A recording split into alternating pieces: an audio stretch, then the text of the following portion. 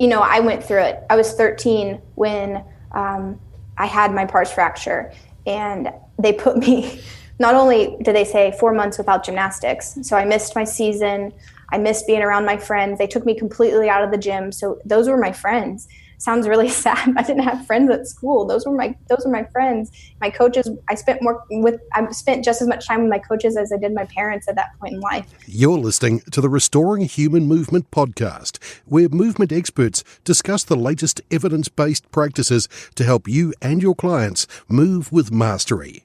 And now, your host, Dr. Sebastian Gonzalez. Hey everyone, it's Dr. Sebastian Gonzalez with the Restoring Human Movement podcast. I will get that right one time. I don't know why I picked a tongue twister for the podcast title. Anyways, the interview is going to be today with Dr. Sloan Beard. She is a chiropractor who works mainly with gymnastics, or gymnast, in Birmingham, Alabama, and she has some online content, videos, courses, and so on, so she can really spread her mission of decreasing extension-based problems or extension-based issues, pathology, pars fractures, and so on within the gymnastics community, amongst a bunch of other things.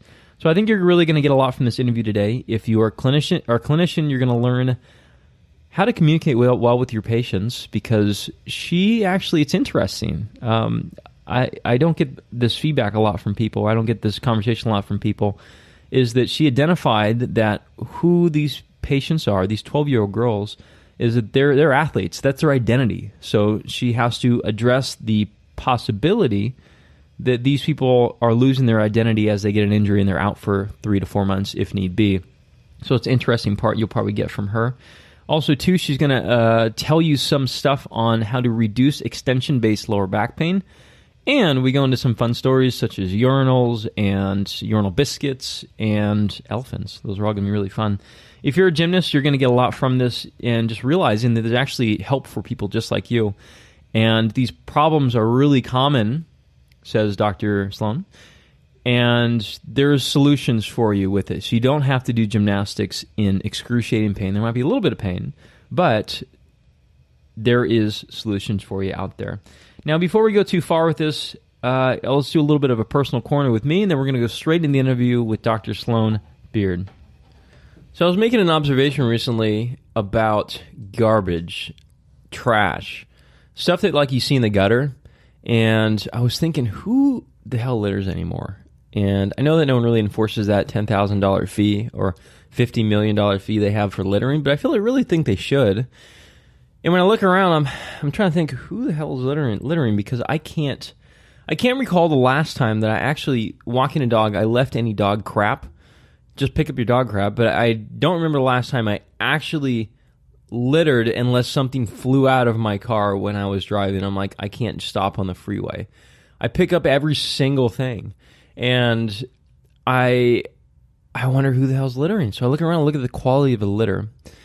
And one thing I really see is cigarettes, and the other thing I see is fast food, Coke cans, so on. It's like wrappers from McDonald's and whatnot. And the first thing is the cigarettes, because I have one friend who smokes, and he doesn't smoke that often, but we're out in the garage and we're barbecuing, and he lights a cigarette up. He's sitting there just like, I can just imagine his face right now. He's so excited about this one cigarette. Or he's smoking, throws it on the ground, wheels his little foot on it, put it out, and then walks away. I said, what are you doing? And he's like, well, I'm just putting the cigarette out. I'm like, no, you littered. I'm like, grab that. He's like, no, I'm not going to pick it up. So I go over and grab it and put it back in his hand. And he throws it back on the ground again. So we did this about 5-6 times or so, and finally I threw it down his pants. I had to basically wrestle him down and throw it down his pants. And I was like, what? I'm like, I understand you're putting your cigarette out responsibly, but is there a thing it's like certain things are okay to litter just because it's like that's a fire hazard, so I think I'll throw it on the asphalt?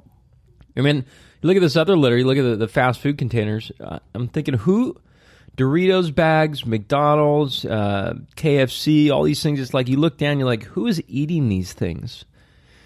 And I was thinking, I never really see health food wrappers. I guess you can see apple cores and bananas and stuff like that, but I don't really see like Whole Foods bags flying around. I don't really see all these healthy option bags flying around, which makes me consider that are the people that don't care about their body as much because they put junk food in, are they also the ones that don't care about the environment? Are they the ones that litter externally? So you see beer cans, beer bottles, vodka bottles, cigarettes, fast food containers. I mean, is this the type of person here? I'm just kind of curious. So just making the observation. That's all I really have to say on that. Okay, everyone, then we're going to start the interview here with Dr. Sloan. Is it Beard or Beer? Oh, I've never heard that pronunciation, but I'll take it. Well, it's not really spelled like beard, is it? Yeah, Beard, like facial hair. Okay, shit, I just don't know English then. But if you want to call it Beer.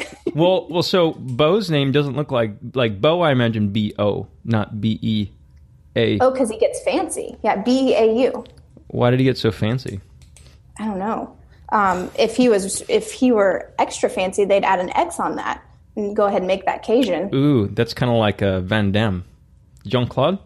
Oh, there you go. Yeah. So if we want to drop the D on the end of Beard, we can go ahead and do that. Oh, I like it so much. I don't think down here in the South that'll go over well. Really? Why not? I don't know. It might get a little confusing with the dialect here. I'm from the South. I can say those things. I can joke. Oh yeah, I do the same thing about. I'm mixed ethnicity, so I'm like white and Mexican, so I can make jokes on both sides. Yeah, you have what is it called with a comedian when they have I don't know. You just have a large pool to grab from, I guess. Right. There's definitely many pools that I wish I was part of, but I think another lifetime.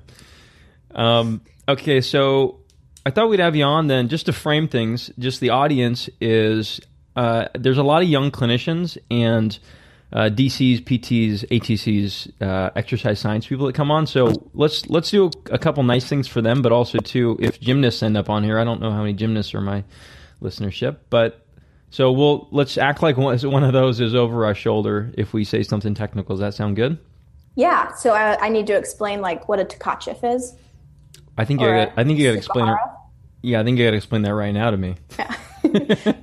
they're just certain skills in gymnastics. I always wondered. I know that with a little bit more with dance, there's like I think all the terms are all French based. Mm-hmm. Mm-hmm. Like coupe, passe. What is a leap? Releve. Battement, I think, is a kick. I should know those things. Releve, that's a good one. Yeah, I don't know what that is. You stand on your tiptoes. Oh, yeah. I feel like these are the only sports where like we as Americans or English, we just have no idea what the hell they're even doing unless we've been part of it. Like baseball, they all make sense to me. Yeah. Well, I can't say most little girls, but a lot of little girls grow up in ballet, so they learn a few things from a young age. But ballet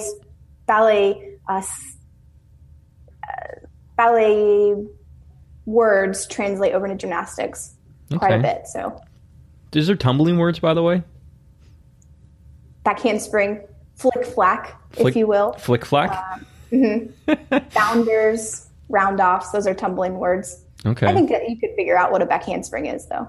Oh, yeah. Well, I think that's the only hashtag I follow on Instagram. Hashtag back handspring? Yeah. Hashtag FitFam after that? FitFam, yeah. So, can you explain to everybody what you're all about? Ooh, what Sloan Beard's all about, or what Gymnast Fix is? Tell me about what Sloan Beard's all about, and then tell me why Gymnast Fix even exists. Yeah, Sloan Beard is all about movement. Like, you move to stay alive. But Gymnast Fix is about moving better as a gymnast to be able to stay within the sport. So I'm probably, as you introduced, a doctor of chiropractic, and then I'm my master's in sports science and rehab. So I blended those two things together, and then I tacked on my experience as a previous gymnast, and I hybrid everything together to create opportunities and options for gymnasts in regards to sports injury, prehab, as well as rehab.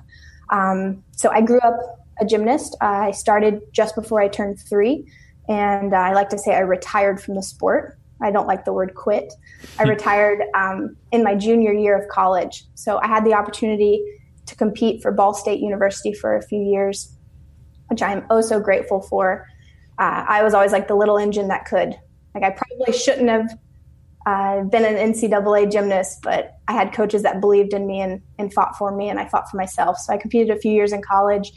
And then when I got done with that, I moved on to grad school, which was my chiropractic and my master's programs, and then started practice right out of school. And within a year or two of practice, I realized that there was this opportunity to reach the gymnastics community, an opportunity that wasn't there for myself as a gymnast. And so I'm trying to fill in some gaps for gymnastics with what I learned in school and what I learned with my patients on a day-to-day basis here in the practice. So when you were, I know reading into your story a little bit, so you said you're filling the hole of PARS issues in gymnastics mainly, or was there other parts? Yes. Well, my hope is down the road that we can tackle a broad spectrum of, I hate to even use the word issue, but I love that word. Aspects, issues within gymnastics as it pertains to the body, the psyche, coaching even. Gymnastics is a bit of an antiquated sport. Coaches in gymnastics, and not all, I don't want this to be targeted all coaches, but a lot of coaches, they use techniques that were successful in the past. So like any sport, it worked for one athlete, it must work for all. And those techniques have rolled over from decade to decade to decade. And in fact, you'll notice in USAG or in the spotlight right now, United States gymnastics is really being criticized right now for a multitude of things, everything from horrific sexual abuse to mental abuse to poor training. So I hope that Gymnast Fix can tackle multiple aspects of gymnastics, but for currently right now, we're tackling the PARS issue that you mentioned, in more layman's terms, low back pain.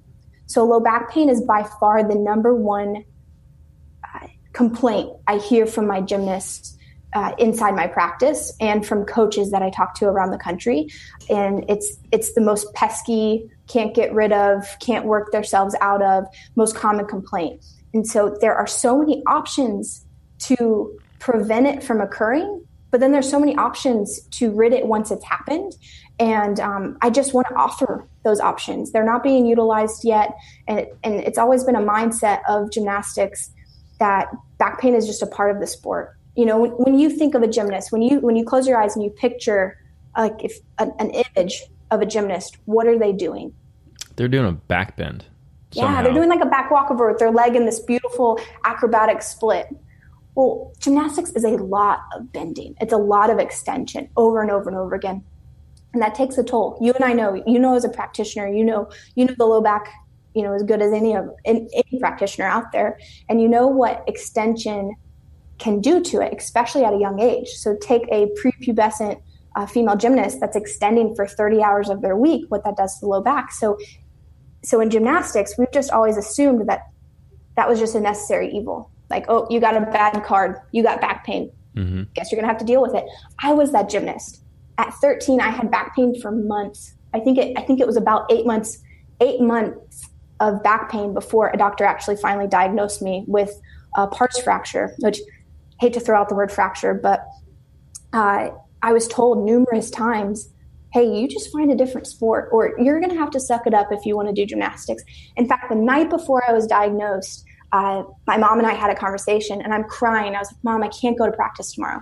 I can't do 4 hours of practice with this feeling like it feels. And she said, and I love my mom to death, but she said, Sloan, if you're going to do this, you're just going to have to deal with it. This is a part of it. And it doesn't have to be a part of it. And so I want to change the thought process and the culture of gymnastics as it pertains to low back health. Mm-hmm. So short of the long, yes, I'm working on low back issues in gymnastics. Well, so just for everyone, just to clarify, so PARS issues, or what was your translational thing for issues? Aspects? Aspects, yeah. I don't know if it works in my case. Okay, so here's why I don't like the word issue is Okay. because I'm talking to a 13-year-old and they don't want to hear, oh, you have issues. Because I work with 13-year-olds that are always searching for perfection. In the sport of gymnastics, you start with a 10 and they slowly deduct from there. It's a sport of perfection. They're always seeking that. And so if I use negative words, they take them so personally. That's so interesting. We can figure out a different word than issue. I usually use it for like say someone's asking about their tendinopathy or a quality of a tendon or whatever the heck it is. It's like they want to gravitate to like how bad it is. I'm like, well, it's just a little issue. So yeah. I'm just building up from a zero really because they think they're just torn up. So just explain the ranges of pars injuries aspects. Yeah. So the pars interticularis is a posterior element of the lumbar spine, and it's really affected when someone extends backwards. So they do that bridging position or say a back walkover. Most clinicians out there are going to know what a back walkover is or a back bend. So when you arch backwards, you're influencing that pars area. And if you do that at a certain number of times over a certain period of time, you can develop what's called stress reaction, or even before a stress reaction, bony edema. So the bone starts to respond, it becomes swollen. If you don't catch that during that swelling period and you continue extending and putting force through that element, you develop what's called a stress reaction where that bone starts to weaken, it starts to react, and then eventually it can fissure, creating that stress fracture. If one side of the spine fractures, then you have what's called a spondylolysis. If both sides fracture, you get what's called a spondylolisthesis. My goal is we interject well before that period happens, because that's not typically with a gymnast. That's not like you go to practice on Tuesday and then Wednesday you have a spondylolisthesis. It's you go to practice in September, your back kind of aches. October, it may get a little worse. Then you have season. And by March, April, you get an MRI.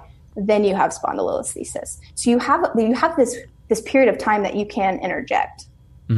Okay, so you said something earlier there that the finite amount of times, or it sounded like what I read that as is there too much volume at a certain time? Yes, and unfortunately, we don't have that quantified. Think of a pitch count for a little leaguer. They have a number that they can throw repetitively before they're pulled. We have extension counts for gymnasts, or extension moments. So every time your lumbar spine extends, it should tick. And then it extends again, there's another tick mark, there's another one. Well, if we practice 4 to 6 hours a day, and some of my girls practice upwards of 8, they may have 2 different practice, bouts during the day that equal 8 hours a day, 5 or 6 days a week. That extension count is very, very high. We don't have that quantified yet of what is safe. I don't think we ever will, not with, how much it may vary from an 11-year-old to a 13-year-old. And I think it depends a lot on, when puberty is achieved, how much strength training is going along with it. When did they start gymnastics? Are they a little bit later introductory into the sport versus earlier? So it's going to be impossible to label, okay, this amount is safe for one athlete, or this amount is safe for across the board. I think what should be really looked at is practice volume and at what age. So I see very high volume gymnastics at young ages, and that is because we have this mindset in gymnastics that we have to develop high level skills before puberty. Why is that? And so we rush and train little tiny bodies to get to a level of gymnastics. So then when their body changes and they grow and their center of mass changes and their lever sizes change, that now they have the skill base. Because in theory, it's much easier to learn a smaller gymnast than a larger gymnast. I thought that it was kind of like when you taught someone, I heard this about like baseball. So all these guys were having their kids hitting lessons really early before puberty, and then eventually the kids hit puberty and they look like baby giraffes swinging baseball bats again. So they lose the skill set and they have to learn it again. So I kind of thought it was a waste of money, but I didn't. So you're saying that learning it early is better? I'm saying that's the thought process. Okay. I think that thought process needs to change. I believe that if we hold off and develop really strong foundations and fundamentals early, and we develop very strong athletes, a strong core foundation, mobile yet strong hips and shoulders, and we train that and then allow their bodies to change, then we can add in skill-specific or sports-specific skill training after that. Mm-hmm. So again, this worked in the Nadia Comaneci time. Do you know who Nadia Comaneci is? Trivia time. I feel like I've heard the first name. The last name I would never be able to recognize. Comaneci is the way it looks. So she was an Is there an X in Olympic. it? I don't think so. Just C's and I's. Okay. Anywho, she was an Olympic gold medalist, in the 70s, I believe. And with the Carollis. Do you know who Bella Carolli is? Is that the one on the Disney movie? No. Wow. We are. So they were the head coaches and the heads of the United States gymnastics team starting in the 90s. And they just recently retired. Marta, he retired several years ago, and then Marta, his wife, took it over. This was her last set of Olympics, this past Summer Olympics, and she retired. And they had the ranch down in Texas, which is where they held their national training camps for the United States gymnastics teams and programs. Well, now they're being investigated, but the United States gymnastics really mirrored their protocols and their thought processes that they brought over from Romania. Mm-hmm.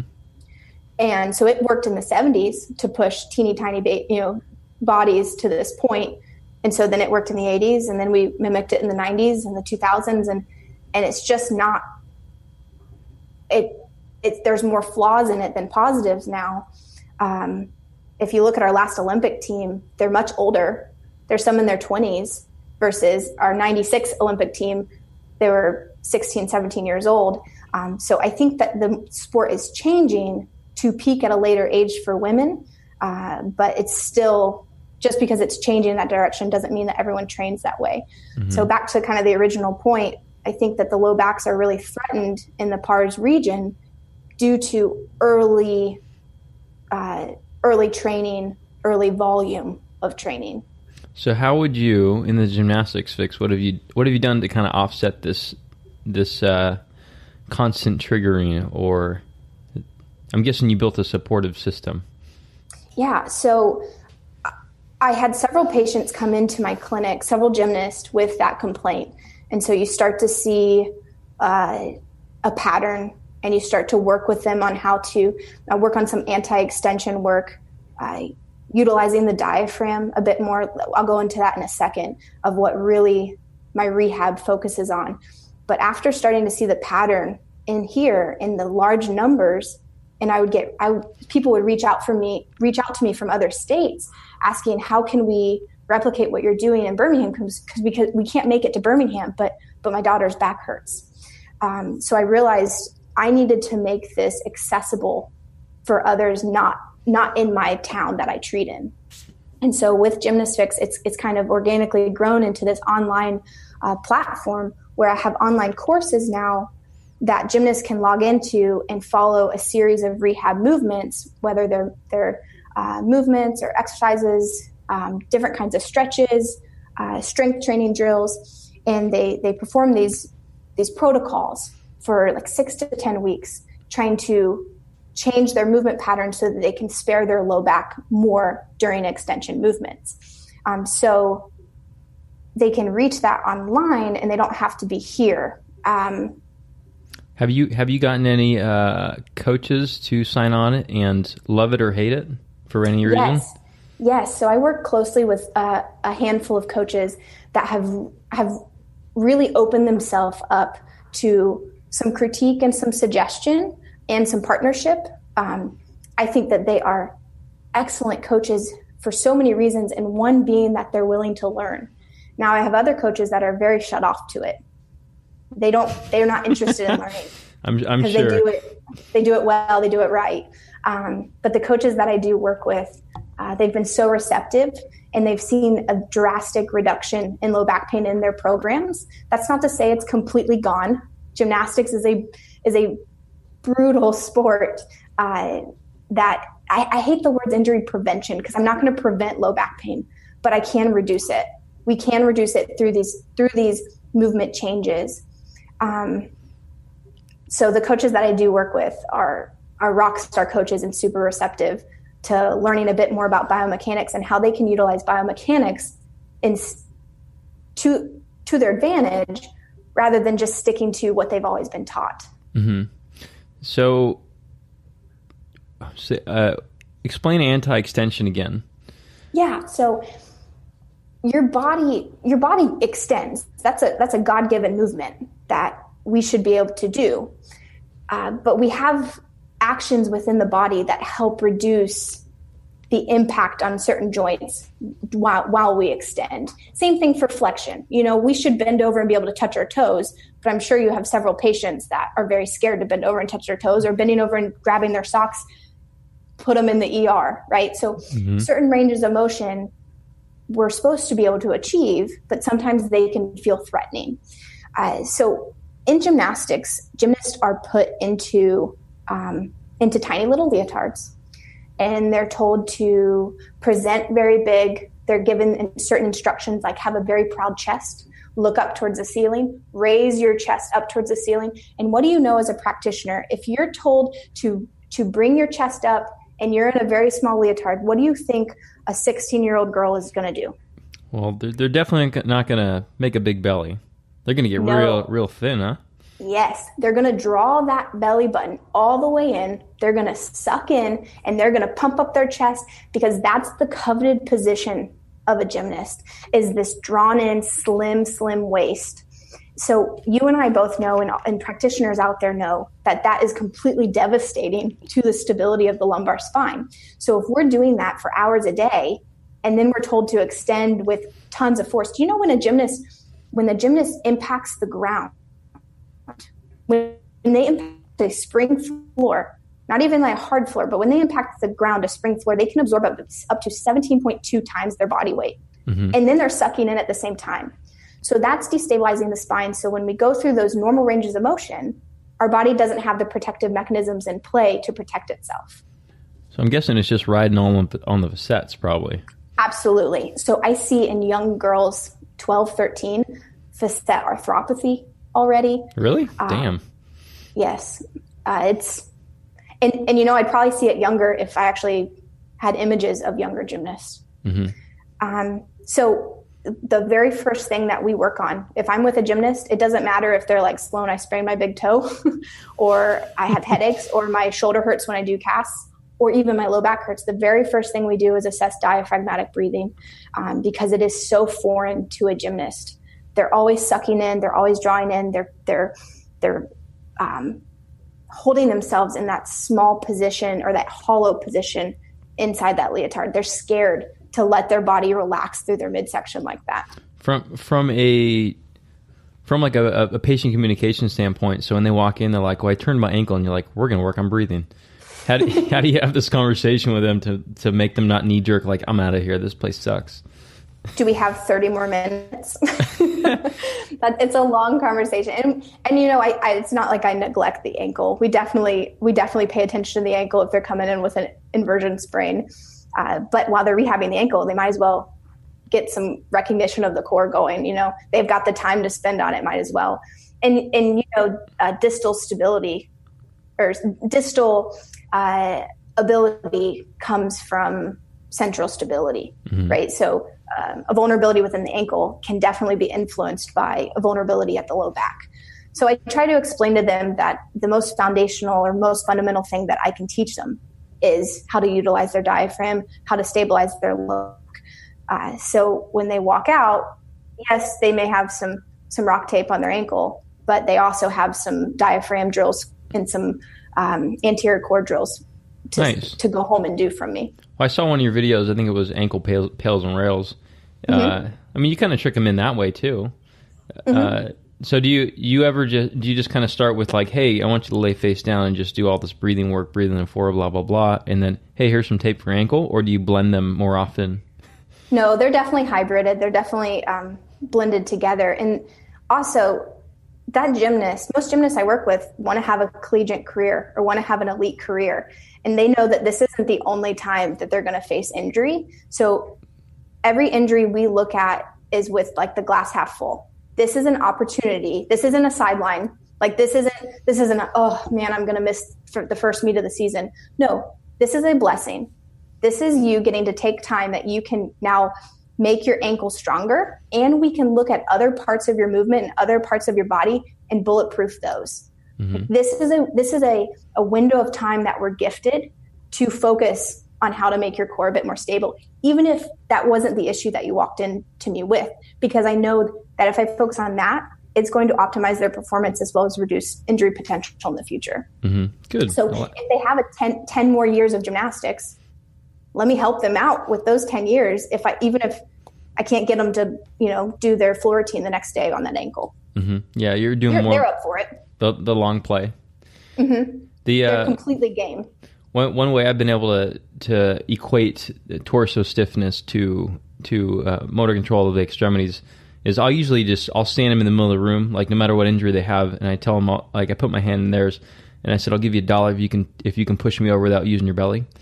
And then, So they're like, yeah, I can't do that. So then I'm like, oh, your ankles and feet and knees and everything works the same way. Mm-hmm. So that's what's worked well for me. I may try that. I've never given up $1, but there was one guy where like I screwed up. I had him on the ground. So he was on his back, and then so he used the floor as the stability point. To brace, yeah. Yeah, I'm like, I'm not going to give this $1 yet. Let's have you seated. I guess I'll prove to them that they can increase their flexibility by utilizing their diaphragm. I mean, that's an easy test. Test a single leg raise or a hamstring flexibility, and then with a big inhale through the chest, mm-hmm. and it's going to be much more limited than a diaphragmatic breath, and they'll realize, oh my gosh, my leg goes so much further. And so that means gymnastics can be a lot less. It can have a lot less effort behind it. So if you're trying to do a split leap, you don't have to try nearly as hard if you have more hamstring flexibility. Yeah, that's a good point actually. With you've heard the concept of buy-in. Mm-hmm. Yeah, so that's a really good buy-in point. And I know that I didn't realize the value of buy-in for a very long time. And now I'll start to model my first appointment around like I know what I want to know to help this person, but they're not going to come back unless we do a buy-in point.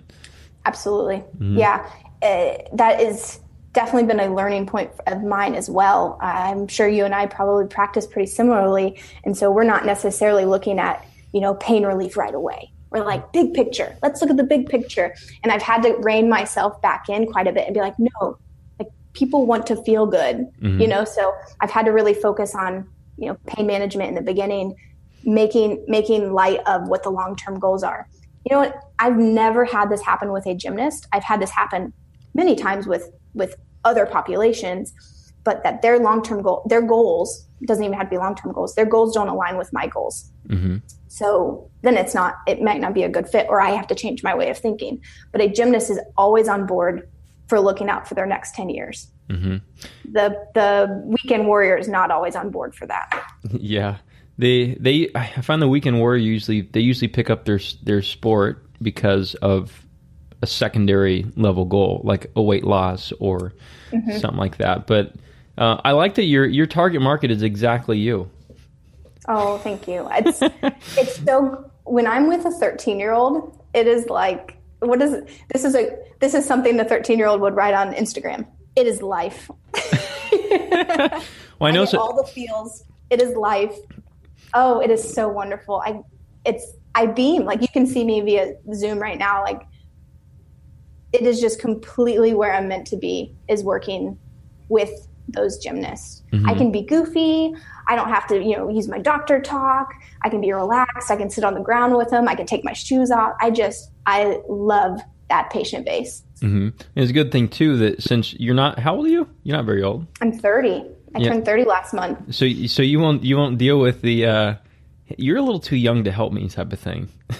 Because you're always going to be old. Not at all, yeah. I don't deal with that whatsoever. I have credibility with them because I did gymnastics and because I can speak the lingo. Like I can say those words like Tkachev and Sukahara and Yurchenko, which make you go cross-eyed, right? I can speak those things and I can ask them, hey, how'd bars go today? And they're like, good. I did bails. I did some shoot overs. I made my connection.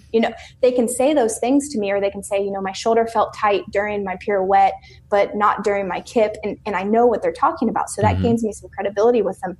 But at the same time, I'm so glad that we really didn't have like cell phones and a lot of video and like YouTube when I was young, their age, because the gymnasts I work with now are light years ahead of anything I ever did gymnastics wise. So they look at me like, oh my gosh, she did college gymnastics.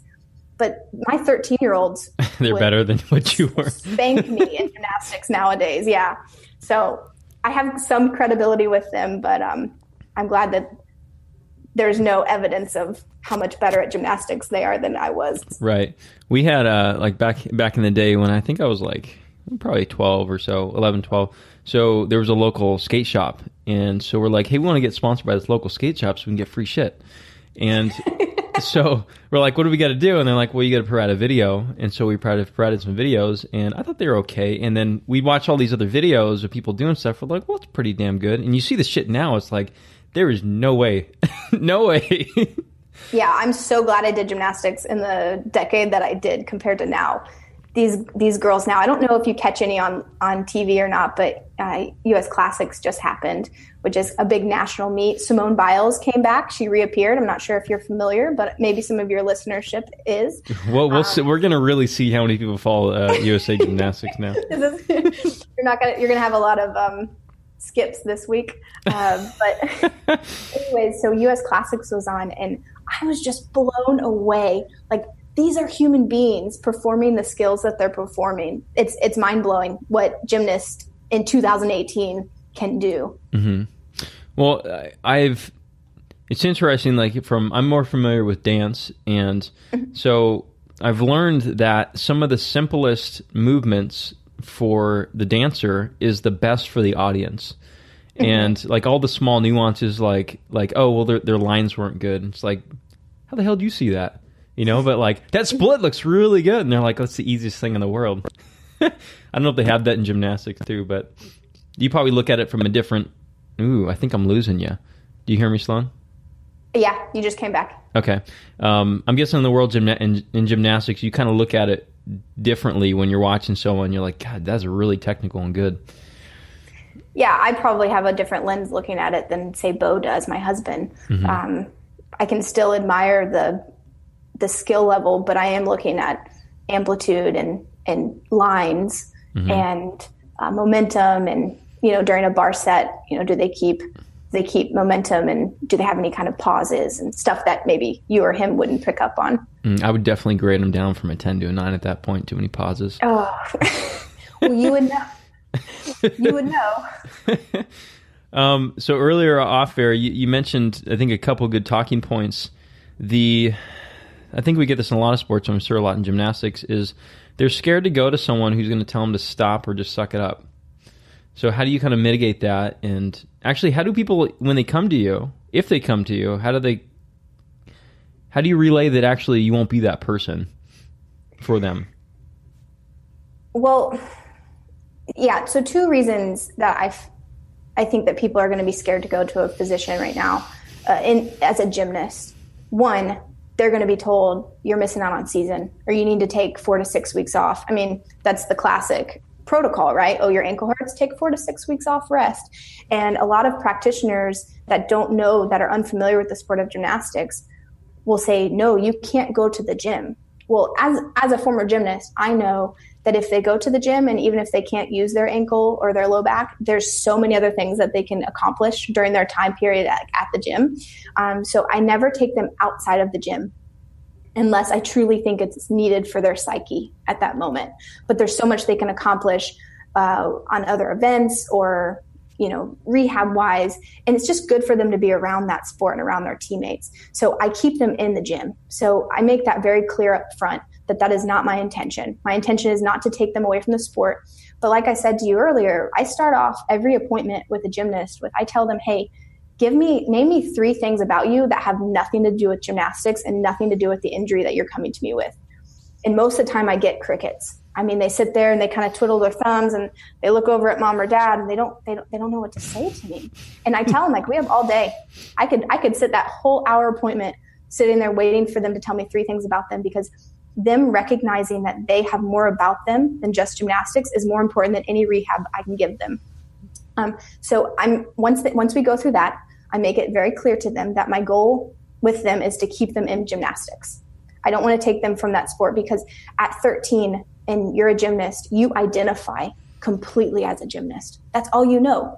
Most competitive gymnasts have been doing it for years. I mean, I started before I even turned 3, and I did it until I was 21. I mean, that you are nothing but gymnastics. Mm-hmm. And so they're so scared you're going to take that away. So we discuss, hey, that's not going anywhere. I have to keep you safe, but at the same time, I know what what you need and want.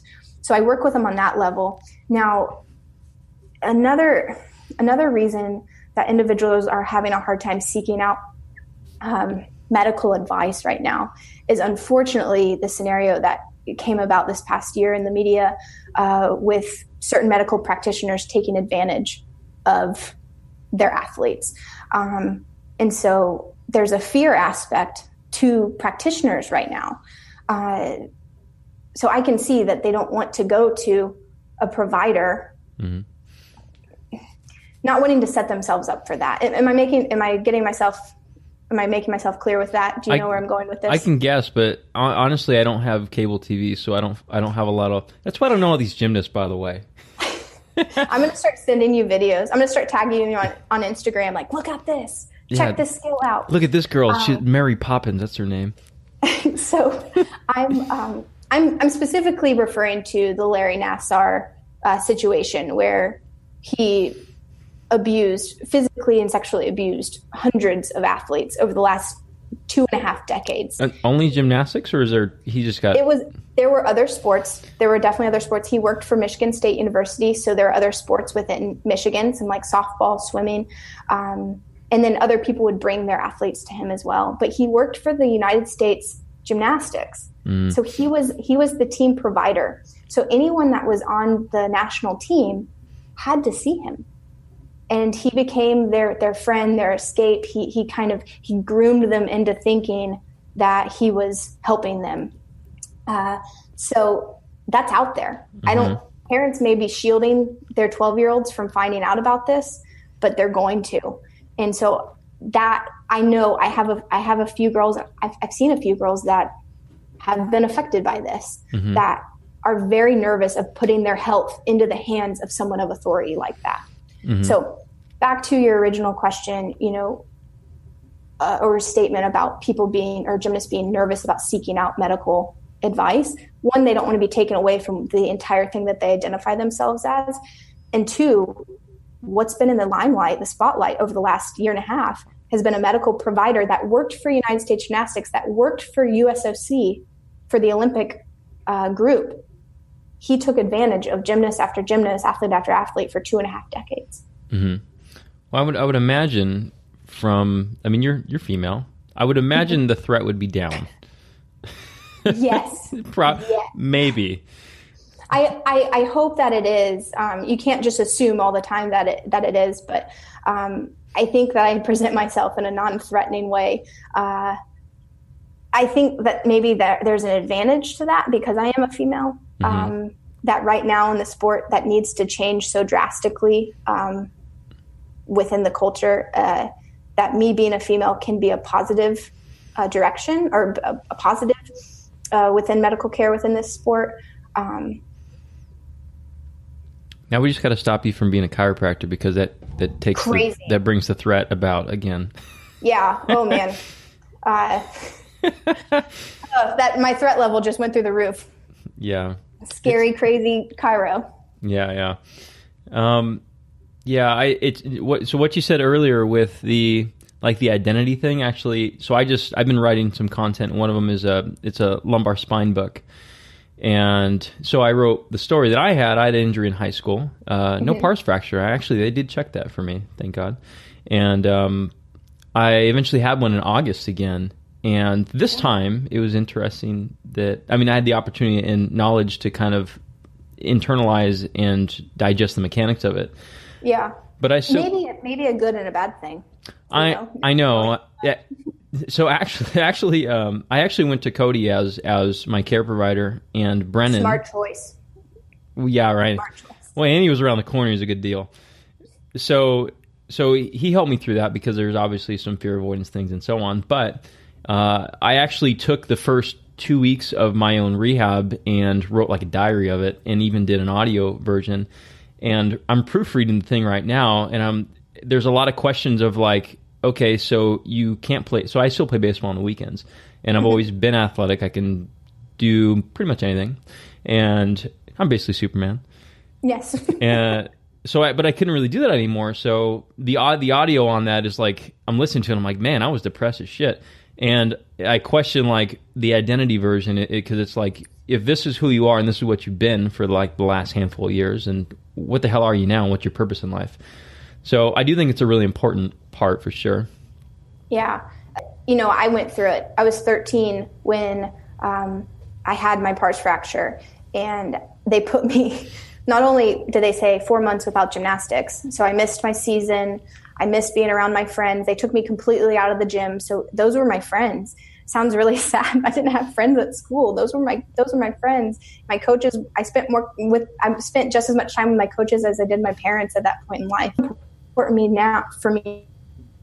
now to connect with my other 13-year-olds, because when I sit there, they're across the room from me or next to me, and it's like looking at me. And so it's like I have to reassure them that there's so much more to them than that injury, because they will become depressed.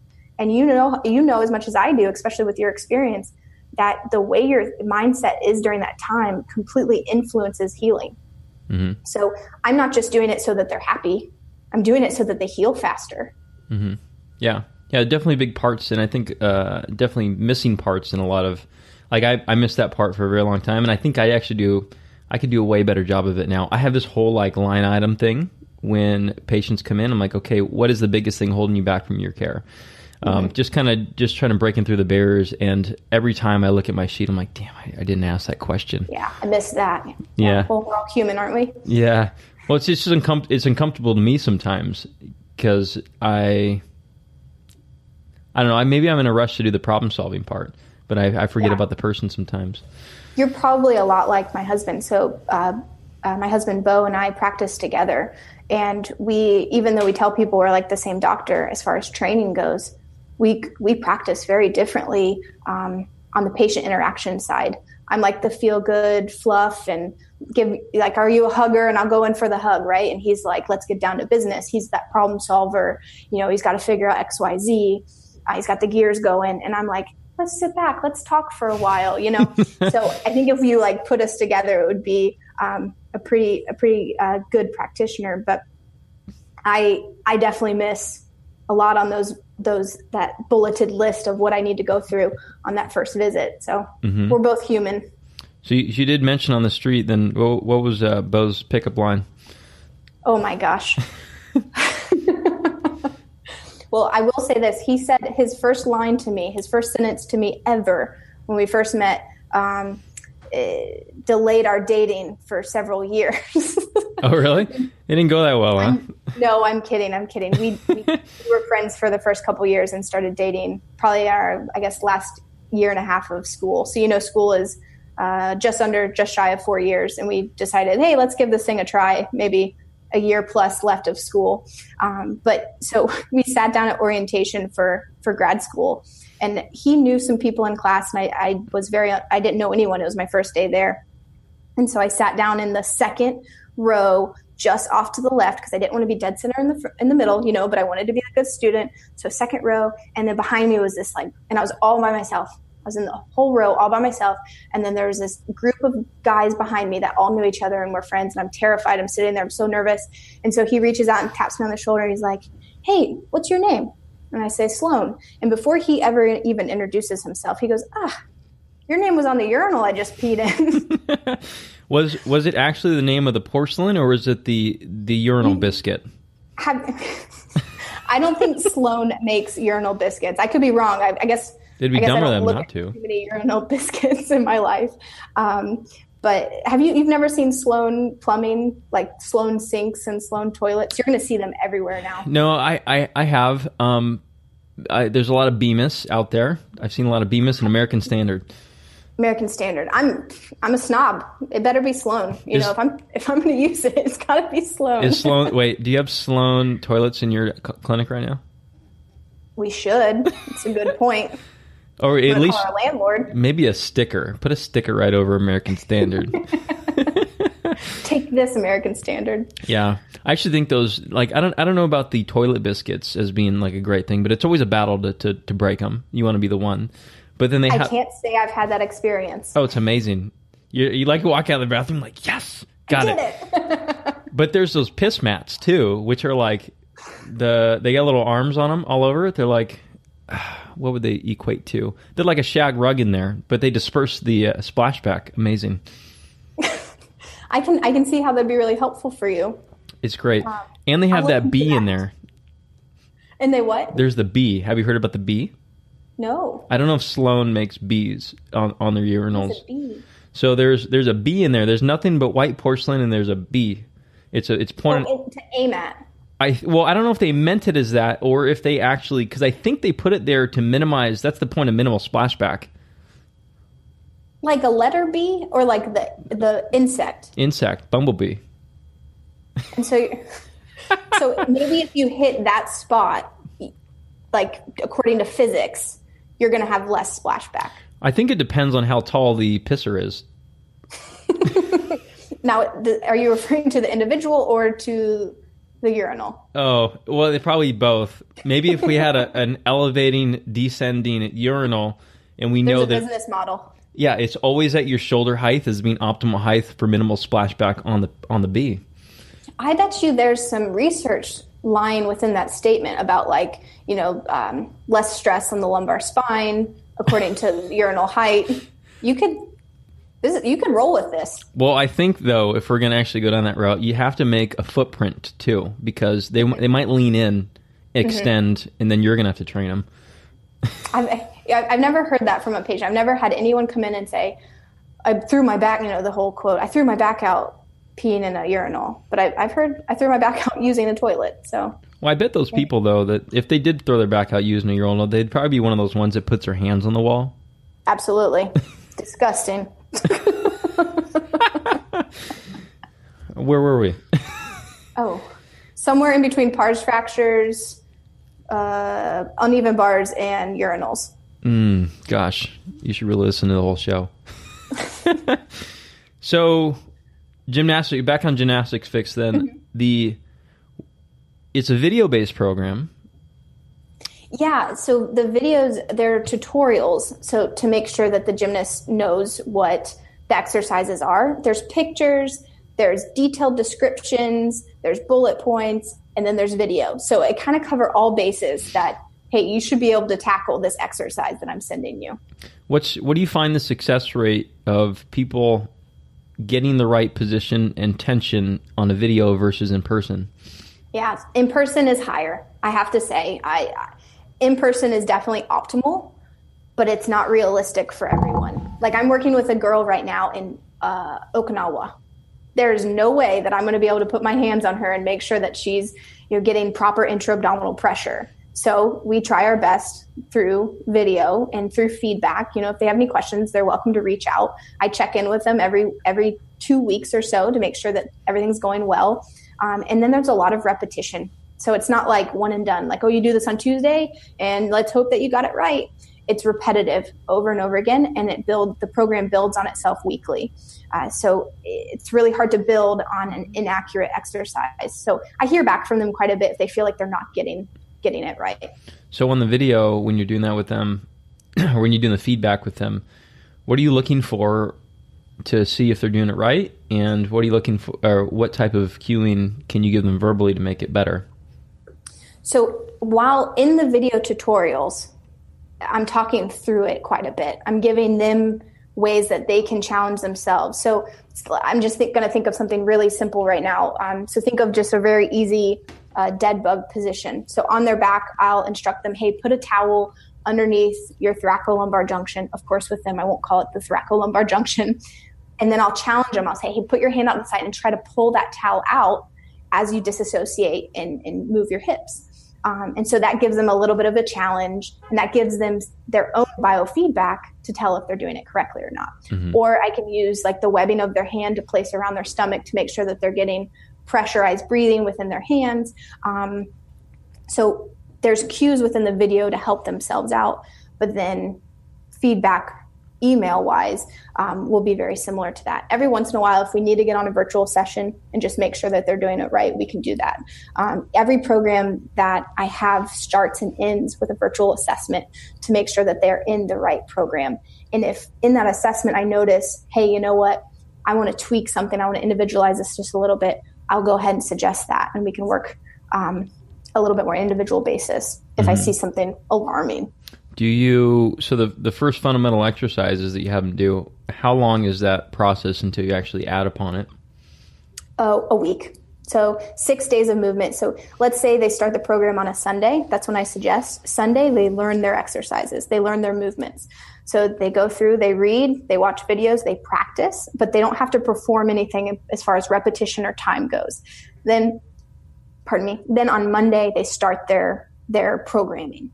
So Monday they start, Tuesday they repeat, Wednesday they repeat, and Monday through Saturday that first week is the same every day, and they're developing those fundamentals. Then the following Sunday they start week 2. That's when they start to build on those fundamentals. So the very first exercise in any program is diaphragmatic breathing. So we don't build on that. We're not standing them up and having them go through, single leg deadlifts until they're well into the program. How many weeks do you think until they get to foot on ground? Depends. So I have a couple different courses. So I've got three individual courses. One is directed at improving hip extension. One is directed at improving thoracic extension, and one is directed at improving shoulder flexion, which you and I both know, if you improve those areas of the body, your entire overall global extension pattern improves, right? So then I have a collective, comprehensive program that targets all 3 of those. And that one's much longer, and it's a little bit more stepwise. So that's for someone that has both shoulder flexion issue and hip extension issue. So it might be a little bit longer down the road for that comprehensive program. But say we're just looking at the hip extension program, they're going foot to ground on week 3, 4. Mm-hmm. So from earlier when you said that cueing in person is definitely better. So how long did it take you personally to feel good about putting a video out when you're like, I know I could do better? Yeah, so this is tough. This was tough for me. In fact, I had a conversation with 2 of people who I consider big mentors of mine, Dr. Philip Snell and Dr. Stephen Capobianco. Excuse me, I call him Capo. How do you pronounce his last name? Do you know Capobianco? Yes. I just do Capo. Capo, there we go.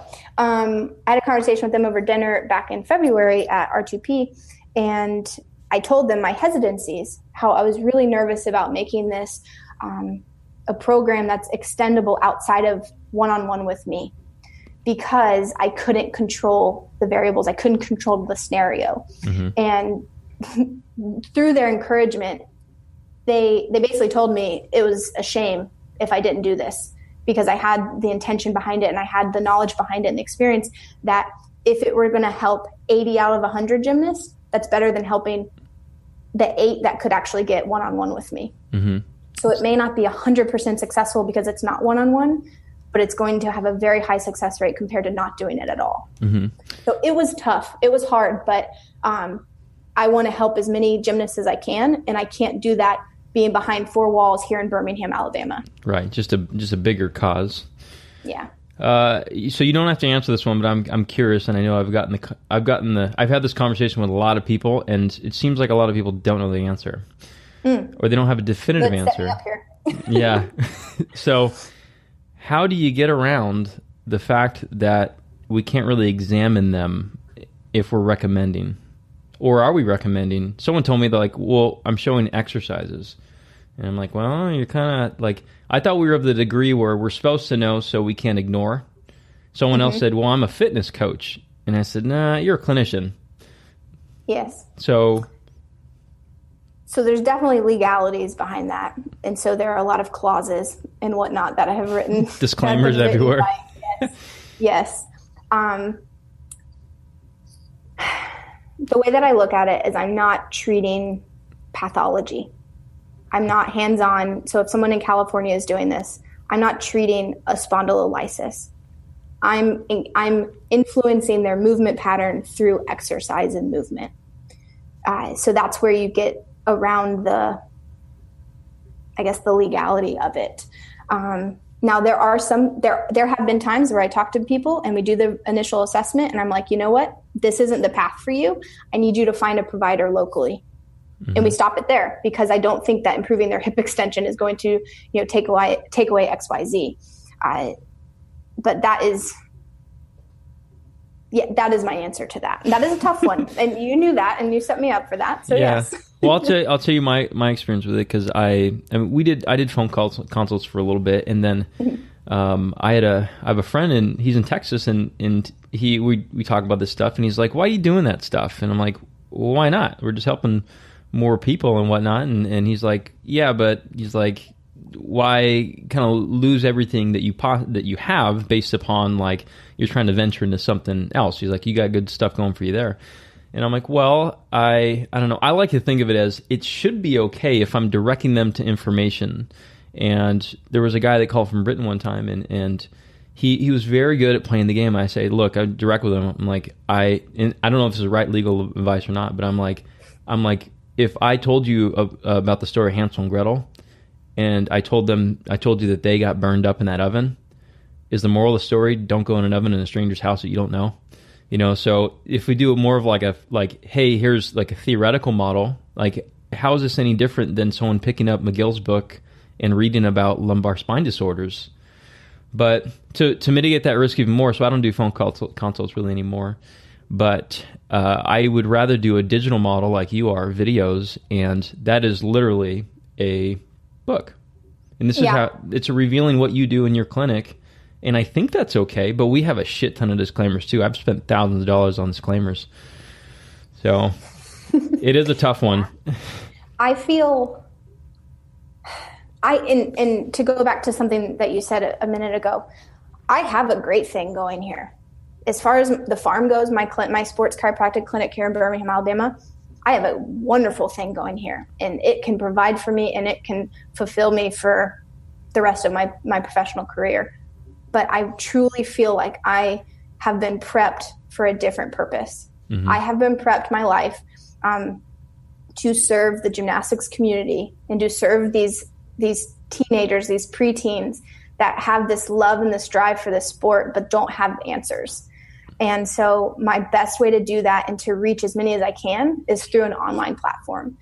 I did it for several years here in Birmingham as a clinician in a clinic space. And I have girls that travel outside the state to see me, but they're minimal. Like, in fact, today when we get done with this, I have a girl that's coming in from North Carolina. Mm-hmm. I think they're driving like 8 hours for an appointment. That's so unrealistic for everyone else. So I feel like I have this obligation to serve gymnasts. And if it is a little bit of risk, and if it downgrades my level of physician because it's online based, I'm okay with that. At the end of the day, I don't need Dr. Sloan Beard to be big. I want improving extension and gymnastics and decreasing the rate of pars fractures to be big. So I was very hesitant at first to start it, but I feel very called to this path. Yeah, good. I know it'll work out. I feel like when the intention's there and the intention's good, it's going to work out, and I think people can see that. Thank you for that. Yeah, but it is a hard thing.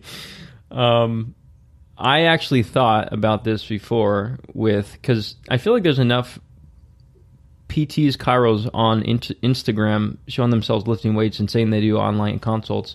Why don't we just hire one single badass attorney to figure this out? Like, you just get like 1,000 chiropractors and then pay $10,000 figured out. I'm in it. I'm in. So me, that starts with 2. I think we can find several others. Yeah. I think the only hang up would be a difference of state. Mm-hmm. I base it on I'm not treating. So that's how it crosses state lines. Yeah. I never tell definitives for sure, but I'm definitely directing you to all the content that I wrote, because I don't, I know what's on it, and I know you'll probably get good information from it, but I don't know your case. And like you said, what's the difference between that and them reading a textbook or reading WebMD?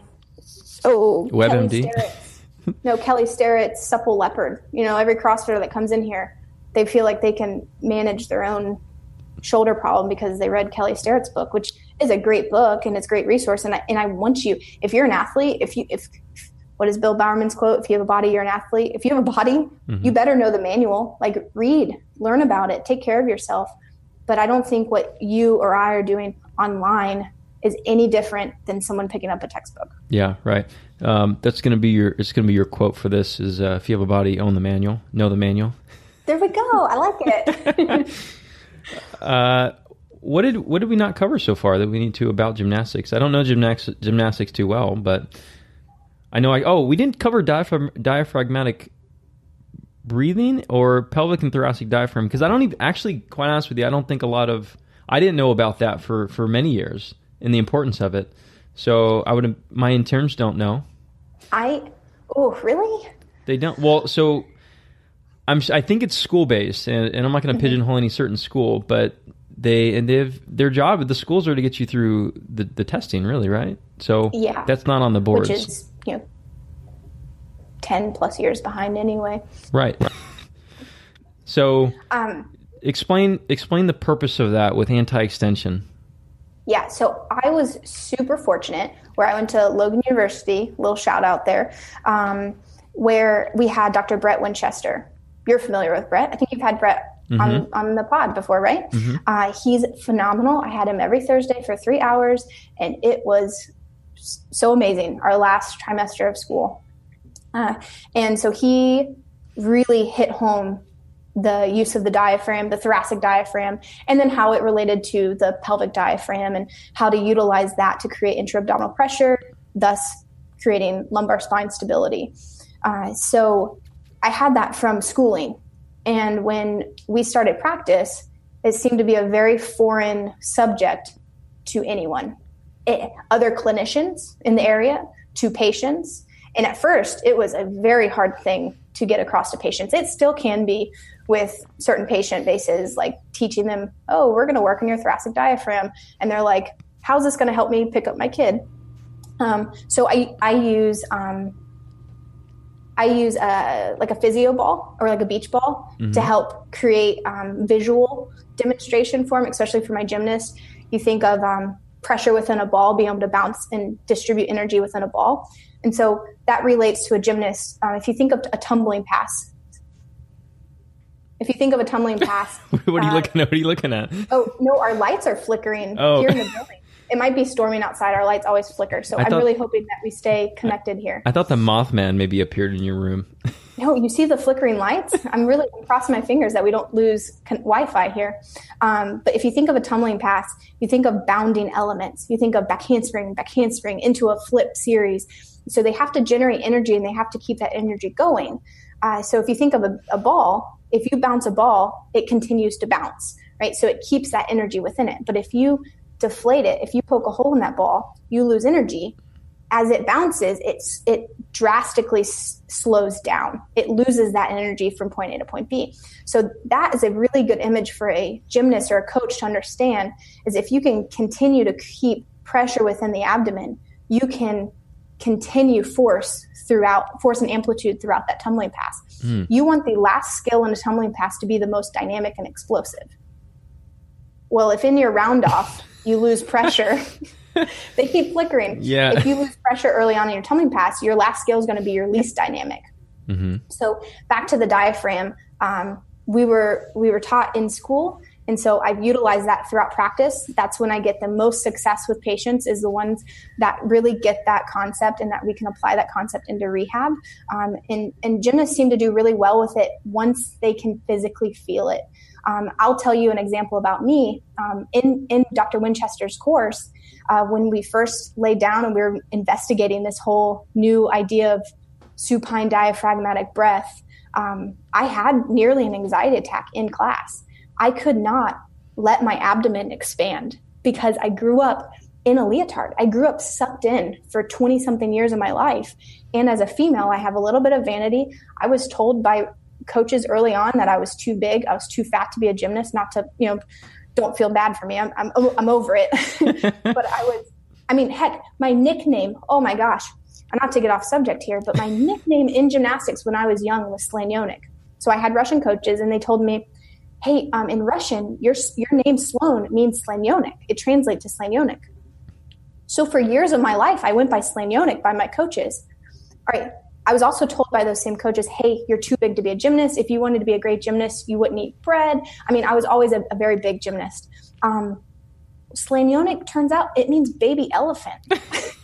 Has nothing to do with Sloan. And so I was a baby elephant as a gymnast. And so that's what I correlated myself as, is this like thicker gymnast that could never lose enough weight. And so I had this just sucked in mentality.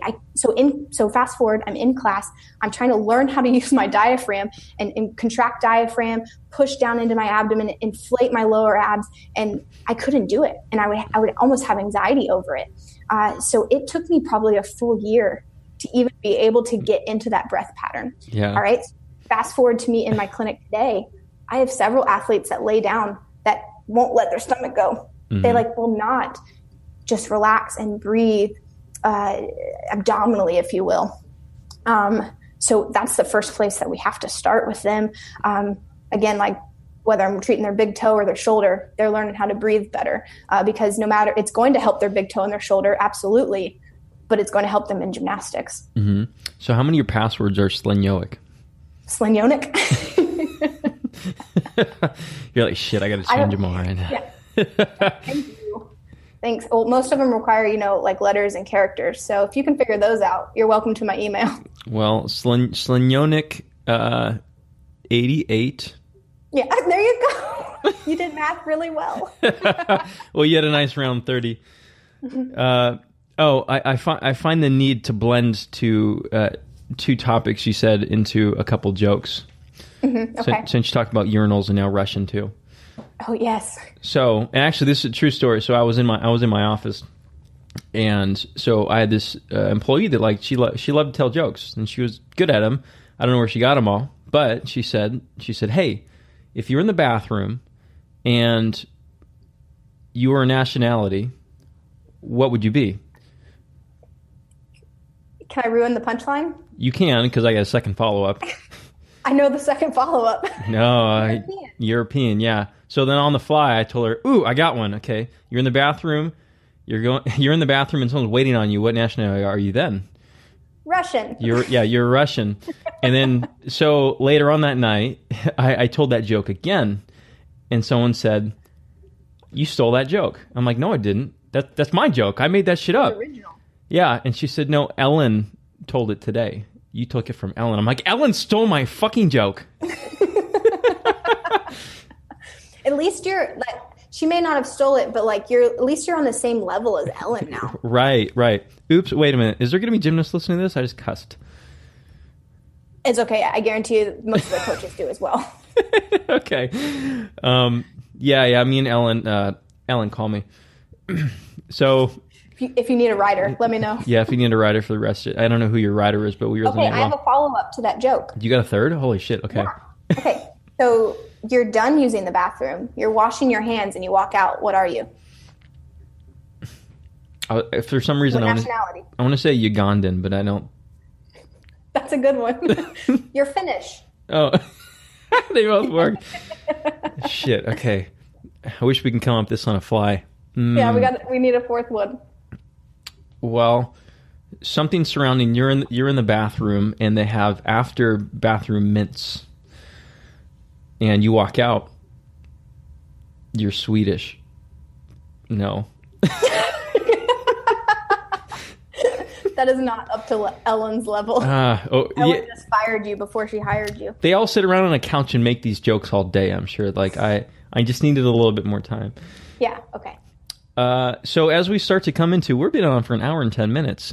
Is there anything that you want to cover? And we definitely have to let people know how to find you. No, I think this was fantastic. I teach several times a year to different gymnastics coach groups, to parents and whatnot. And I kind of come in and I say, hey, heads up, I could talk about this stuff for days. And I have 60 minutes or I have 2 hours. And so I kind of get frantic. I just go because I feel like I could talk forever. So I could sit on here for the next couple hours. I can't, unfortunately. I have to go. But this has been fantastic. I've thoroughly enjoyed it. Thank you so much. Yeah, it was fun. Is it gymnasticsfix.com? www, the traditional W's there, gymnastfix.com. Gymnast. So not gymnastics, Gymnast Fix. Why not gymnastics? Was it taken? I'm just going to come up with this right now because I'm not sure I ever thought about that. But I want it to feel very personalized to the gymnast. Okay. I do want to have an impact on the sport, but I really want to impact the individual. I can tell you thought about that. You almost pulled the trigger on multiple URLs. You thought about it for weeks. And then they can find me on Instagram at Gymnast Fix. That's my handle, as well as on Facebook. Okay. I do also have a closed group to just parents on Facebook that I get on, and I can offer different suggestions weekly of just how to care for their athlete in a little bit more intentional manner. If people want to join that, just reach out to me. Mm-hmm. Is there...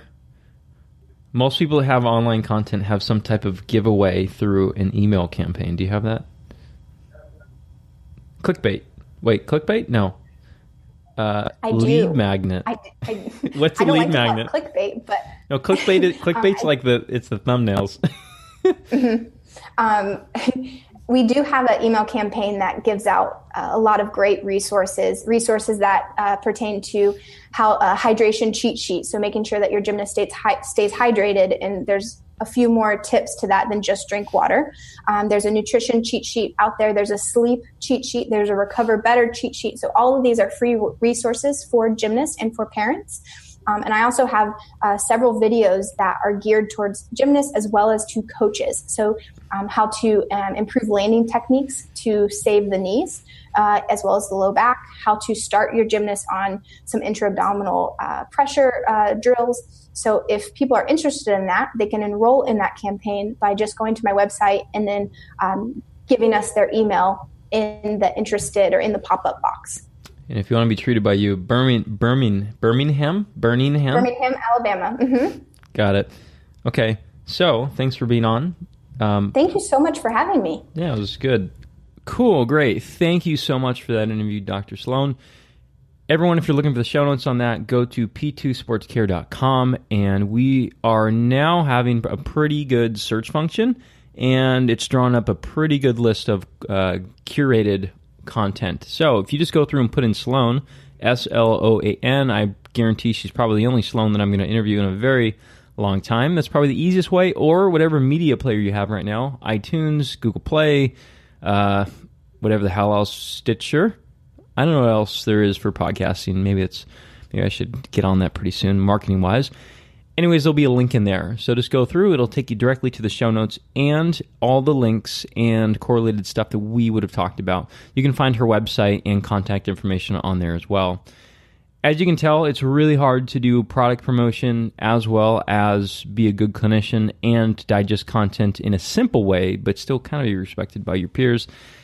You got to digest it down for your patients, because it's there. We're meeting them on their level. So Dr. Sloan has done an amazing job at that. So even if you're not a gymnast, go through and just observe. If you're a clinician, go through and observe the way she's presenting her material, because it's great. It's amazing. Not everyone can do that. It's an art form. So go through and check it out. Review the show for me, and I will talk to you guys next week. Lead people better than how you found them. See you soon.